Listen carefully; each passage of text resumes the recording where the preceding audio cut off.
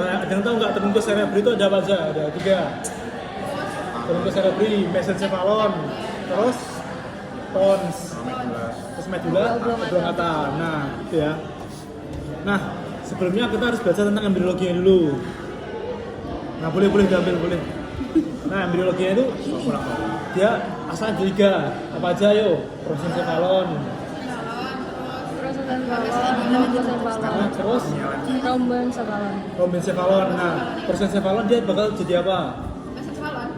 Bukan telencephalon sama diencephalon. Telencephalon sama diencephalon. Mesencephalon jadi mesencephalon. Terus yang rombencephalon bakal jadi Metencephalon sama mielincephalon. metencephalon sama mielencephalon. Met dulu ya baru ini. Oke. Nah, terus perkembangannya yang mielencephalon dia bakal jadi apa? Dari bawah dulu. Medula oblongata. Metencephalon bakal jadi Pons sama pons. cerebellum. Mielencephalon bakal jadi mesencephalon. Telencephalon bakal jadi apa? Ya telencephalon udah itu. Oke, kita bahas dari yang pertama. Kita bahas tentang mesencephalon dulu. Kan mesencephalon depannya kan M kan. M itu apa? Mickey Mouse. Oh. Nah, ini ya bentuknya kayak Mickey Mouse ini. Yang depan yang mana? Yang bagian depan yang mana? Yang sini atau yang sini? Yang sini kenapa? Gara-gara ada chiasma opticum, ada persilangan ini. Nah, jadi persilangan disebut dengan chiasma opticum. Nah, udah tahu belum jarak penglihatan itu kayak gimana?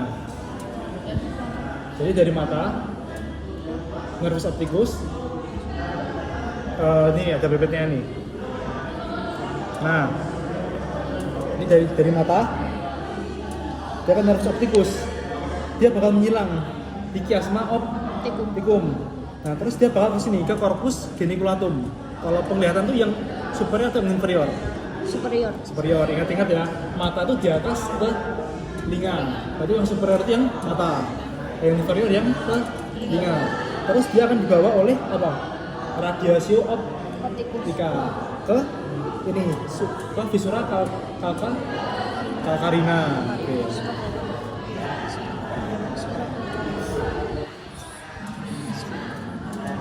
Nah, kita bahas yang mesencephalon. Jadi mesencephalon kita harus tahu dulu Mickey Mouse, kepala Mickey Mouse. Ada telinganya, ada matanya, ada mulutnya, ada dagunya. Ada. Bisa bayang nggak? Bisa aja deh. Ada telinga, ada mata, ada mulut, ada dagu. Nah, yang telinga disebut dengan apa? Pedunculus cerebri. Nah, pedunculus cerebri dia dibagi 2 sama substansia nigra. Dia kan hitam kan?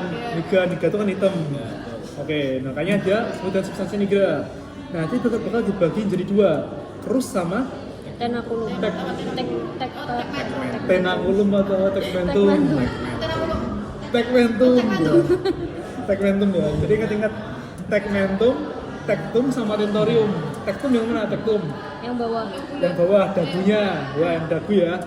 Ingat dagunya Deddy Corbuzier. Nah, itu tectum.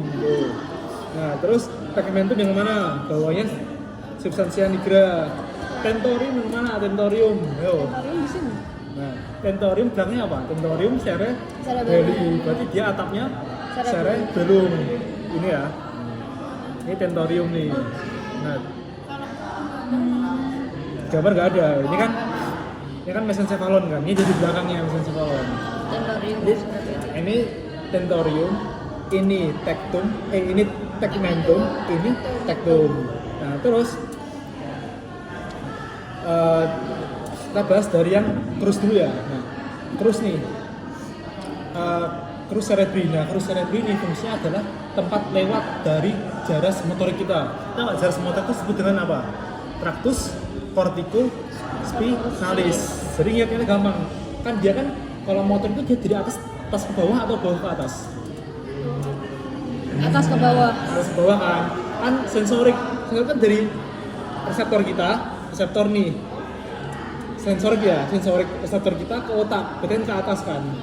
Kalau motorik berarti dari otak ke bawah berarti dia descendant kan, bawah, dari atas ke bawah. Ya udah berarti tinggal kan dengan traktus apa? Kamu jadi lupa ya? Kan traktus corticus spinalis. Nah, bayangkan corticus spinalis, corticus kan dari cortex cerebrum kan, cortex cerebri ke spinalis ke medulla spinalis. Jadi dia dari atas dari cortex ke medulla spinalis. Nah, dia tuh urutannya ini dari cortex cerebri. Nah, cortex cerebri di mana? Jadi cortex cerebrinya itu dari area motorik primer di area Brodmann nomor 4 di gyrus presentalis. Jadi pertama kita harus cari dulu sulcus centralisnya di sini kan. Iya. Habis itu kita cari gyrus presentalis sama postcentralis. Presentalis fungsinya adalah untuk motorik primer. Yang belakang postcentralis untuk sensorik. Oke. Kalau motorik sekunder di mana? Di sini ya, di frontalis ya, gyrus frontalis. Dia 6. Dia terus ke bawah ke itu nukleus apa? Kapsula interna. Nah, dari kapsula interna itu yang hitam atau yang putih? Yang putih, yang ada kurus anterior sama kurus posterior itu loh. Kalau yang hitam kan jangan talamus dan lain-lain itu kan, itu ganglia basalis. Kalau yang putih dia tuh kapsula interna. Nah, dari kapsula interna dia turun lagi tuh kemana? Ke krus cerebri. Dari krus cerebri dia turun lagi sampai medulla oblongata. Nah, terus medulla oblongata dia ada tempat persilangan namanya decussatio pyramidalis gitu. Oke, itu ya. Nah, udah terus kita ke yang bawah lagi. Substantia nigra. Substantia nigra itu dibagi jadi 2. Ada yang hitam, ada yang putih. Yang hitam disebut dengan pars compacta. Yang putih disebut dengan pars reticulata. Nah, cara ingatnya adalah pars compacta kan kompak itu kan artinya kan kompak itu apa ya? Padat, hitam legam kan. Nah, jadinya hitam karena dia hitam legam. Ya udah, ingatlah kalau hitam tuh hitam legam, berarti apa dia? Berarti dia kompak gitu kan. Nah, kenapa dia bisa hitam? Karena dia menghasilkan dopamin. Nah, hasil samping dari dopamin adalah pigmen neuromelanin. Nah, jadi kalau kita menghasilkan dopamin itu pasti ketambahan sama pigmen neuromelanin, dan yang bikin itu adalah pigmen neuromelaninnya gitu. Nah, tahu nggak fungsi dopamin itu apa? Dopamin itu apa sih? Kebahagiaan. Yang bikin seneng kan? Nah, selain yang bikin seneng dia tuh juga buat mengontrol pergerakan kita. Nah, jadi pergerakan kita tuh ada pergerakan kasar sama pergerakan halus. Pergerakan kasar tuh gimana? Ya udah, misal kayak aku ngangkat ini tuh ada pergerakan kasar. Setelah aku melempar bola pergerakan kasar. Kayak pergerakan yang berat-berat lah. Nah, selain pergerakan halusnya gimana? Pergerakan yang skillful, kayak aku kayak nulis, kayak ngikat tali sepatu, kayak gitu. Pergerakan halus. Nah, apa jadinya kalau cuma ada pergerakan kasar? Ya pergerakannya jadi nggak terkontrol. Jadi fungsi kontrolnya tuh hilang gitu loh. Nah, fungsi kontrol tuh yang menjalankan adalah dopaminnya. Jadi kalau orang tua biasanya tuh otaknya sudah menurun. Dia terjadi defisiensi substansia nigra yang menyebabkan substansia nigranya itu tidak bisa menghasilkan dopamin. Nah, kalau nggak ada dopamin, otomatis gerakannya itu bakal nggak stabil gitu loh. Stabilizernya nggak ada, kontrol tuh nggak ada, makanya dia bakal jadi kejang-kejang. Dia nggak apa ya? Nggak terkontrol gitu loh. Oke, udah ya. Terus kita turun ke bawah, yaitu ke tegmentum mesencephaly. Nah, tegmentum mesencephaly dia itu ada struktur yang jadi matanya Mickey Mouse-nya itu. Matanya warnanya merah. Jadi Mickey Mouse lagi kesurupan kan. Warna matanya jadi merah. Nah, karena mata merah, lihat apa? Rat kan. Rat banyak apa? Rubra gitu. Berarti nukleus rubber gitu. Nukleus rubber rat gitu. Merah gitu. Terus di bawahnya lagi ada mulutnya. Kita sebut dengan aqueductus mesencephaly. Dia menghubungkan antara ventricle 3 dan juga 4. Ventricle tertius sama quartus. Dia isinya adalah LCS. Terus yang bagian bawah itu ada yang namanya tektum. Tektum itu apa? Tektum. Ya, tektum itu sebenarnya bukan dagunya sih, tapi dia kayak celah di antara dagunya itu. Nah, sebenarnya kalau dagunya itu apa kan? Dagu di situ apa? Struktur buat penglihatan apa tuh? Colliculus superior. Jadi yang menonjol ini jendolannya itu adalah colliculus superiornya. Mana ya, di sini ya? Ada nggak ya? Ini muat di kepala. Ini dia colliculus. Tapi nggak kelihatan sih. Ini kan pons kan. Mesencephalon berarti di atas espon. Mas ini meninges kok. Hah? Yang itu loh. Iya meninges. Oke, udah ya. Nah, habis itu kita lanjut ke bawahnya. Habis pons ada apa? Habis mesencephalon ada apa? Ada pons. Nah, yang memisahkan antara pons dengan mesencephalon itu apa? Ada suatu sudut memisahkan antara pons sama mesencephalon. Namanya ini angulus cerebellopontina. Cerebellopontis. Ya namanya emang cerebellopontis. Kenapa namanya cerebellopontis? Karena dia menghubungkan antara pons dengan cerebellum. Tapi dia tuh bisa juga sebagai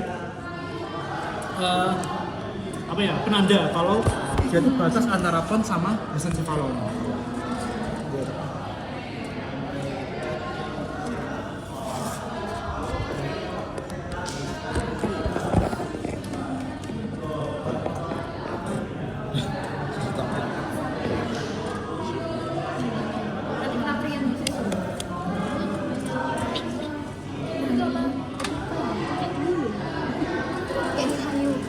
Iya, aku lupa kan. Nah, di antara pedunculus cerebri tadi ada fossa, namanya adalah fossa interpeduncularis. Ya, dia merupakan tempat keluar dari nervus 3. Nervus 3 itu apa? Oculomotorius.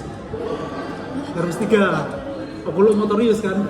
Nah, oke, kita lanjut ke pons. Nah, pons ini mana ya? Nah ini adalah pons. Bentuknya kayak apa? Kayak bintang kan? Kayak Patrick. Nah ini Patrick ini. Tapi dibalik ya. Tapi dibalik kayak gini. Nah di sini ada sulcus di tengahnya. Dia bakal dilewati oleh arteri. Namanya sulcus apa? Sulcus basilaris pontis. Kenapa dia namanya basilaris? Karena dia dilewati oleh arteri basilaris. Nah, arteri basilaris itu kan dia merupakan muara dari arteri. Namanya arteri V, arteri V itu. Vertebralis. Dia bawa jerat tuh jadi arteri basilaris. Arteri basilaris dia bakal lewat sini jadi sulcus basilaris pontis. Nah, terus Patrick ini dia punya tangan juga kan, tangan dibalik lah. Nah, tangan atau lengan. Nah, bahasa anatomi lengan itu apa? Brachium. Nah, karena dia lengannya pons, tangan disebut dengan brachium pontis. Dia merupakan tempat keluar dari nervus 5. Nervus apa? 5 itu apa? Trigeminus. Nah, nervus trigeminus itu dia fungsinya buat apa? Rasa nyeri di wajah, sensorik di wajah ya. Jadi kalau wajah kan nggak bisa rasa nyeri, nah berarti dia ada masalah di nervus trigeminusnya. Nervus trigeminus dibagi jadi 3. Apa? Thalmicus, maxillaris sama mandibularis. Ya mungkin itu aja dari aku. Terima kasih, Mas. Terima kasih.